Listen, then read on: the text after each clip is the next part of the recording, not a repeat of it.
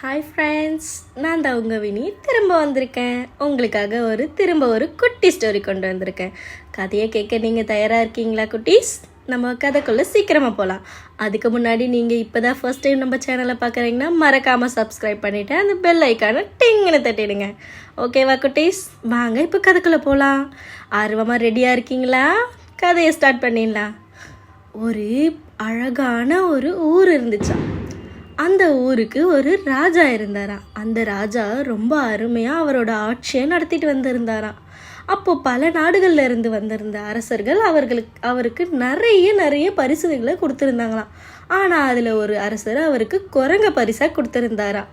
ராஜாவுக்கும் அந்த குரங்கு ரொம்ப பிடிச்சிருந்துதான். அதை எப்போ பார்த்தாலும் அவர் கூடையே வச்சு வளர்த்துட்டு இருந்தாராம்.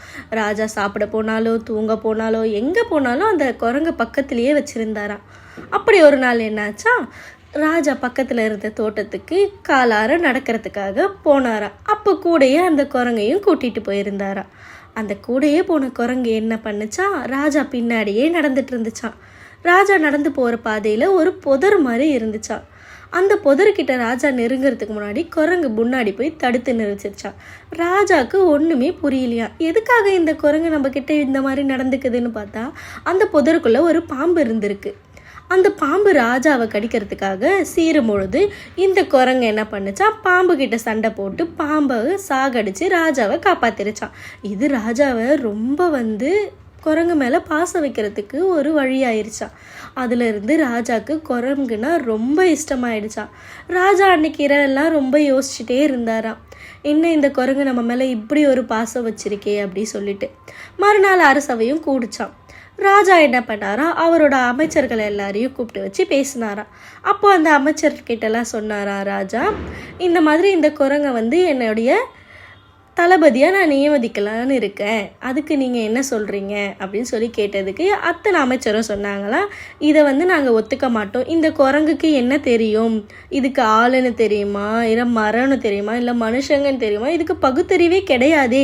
இப்போ இதை எப்படி நீங்கள் தளபதியாக நியமிக்கல அரசரே, நாங்கள் இதை ஒத்துக்க மாட்டோம் அப்படி சொல்லிட்டு எல்லா அமைச்சரும் சண்டை போட்டாங்களாம் ராஜா கிட்ட. ஆனால் ராஜா என்ன சொன்னாரா, ரொம்ப கோவமா, இந்த குரங்குன்ட்டு நீங்கள் பார்க்குறீங்க, அது என் உயிரையே நேற்று காப்பாத்துச்சு அப்படின்னு சொன்னாராம். அதுக்கு அமைச்சர்கள் சொன்னாராங்களாம், இதுக்கு பகுத்தறிவு கிடையாது ராஜா, எல்லா நேரத்துலையும் இது அறிவோட செயல்படாது அப்படி சொல்லி எல்லாரும் கோச்சிக்கிட்டாங்களாம் ராஜா மேலே.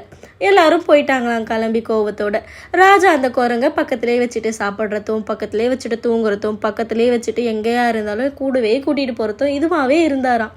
ஒரு நாள் ராஜா என்ன பண்ணாரா, நான் தூங்க போகிறேன், யாரும் என்னை தொந்தரவு பண்ணாமல் நீ தான் பார்த்துக்கணும் அப்படி சொல்லிட்டு அந்த குரங்கு கிட்ட சொல்லிட்டு தூங்கிட்டு இருக்காரு. அவர் தூங்கிட்டு இருக்கும் பொழுது அங்கே ஒரு ஈ ராஜாவை தொல்லை பண்ணுச்சான். அப்போ அந்த ஈயை குரங்கு துரத்தி விட்டுருச்சான். திரும்பவும் அதே ஈ தொந்தரவு பண்ணுச்சான். அப்பையும் குரங்கு துரத்தி விட்டுச்சான். 3வது தடவை அந்த ஈ வரும்பொழுது குரங்கு யோசிச்சான், இந்த ஈ இது மாதிரி தொந்தரவு பண்ணிகிட்டே இருக்கு, இன்னொரு தடவை இந்த ஈ இந்த பக்கம் வரட்டும், இந்த ஈயை நான் என்ன பண்ணுறேன் பாருன்னு சொல்லிட்டு ஒரு பெரிய அருவாள் எடுத்து கையில் வச்சுக்கிச்சான்.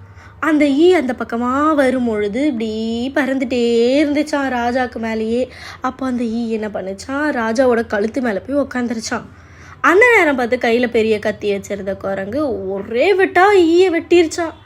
பார்த்தா ஈ பறந்து ஓடிருச்சான். ராஜாவோட கழுத்து துண்டாயிருச்சான்.